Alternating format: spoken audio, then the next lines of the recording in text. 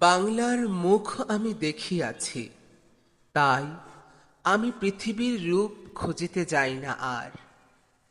অন্ধকারে জেগে ওঠে ডুমুরের কাছে, চেয়ে দেখি ছাতার মতন বড় পাতাটির নিচে বসে আছে ভোরের দোয়েল পাখি। চারিদিকে চেয়ে দেখি পল্লবের স্তূপ, জাম, বট, কাঁঠালের, হিজলের, অশোকের করে আছে চোখ। ফণিমনসার ঝোপে সেটি বনে তাহাদের ছায়া পড়িয়াছে। মধুকর ডিঙা থেকে না জানি সে কবে চাঁদ চম্পার কাছে। এমনি হিজল, বট, তমালের নীল ছায়া বাংলার অপরূপ রূপ দেখেছিল।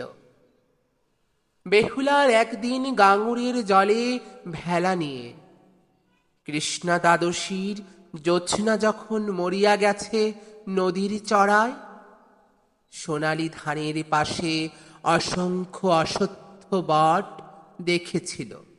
হায়, শ্যামল নরম গান শুনেছিল।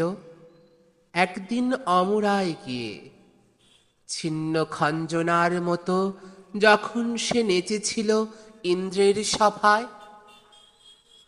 বাংলার নদী মাঠ, ভাটফুল, ঘুঙুরের মতো তার কেঁদেছিল পায়।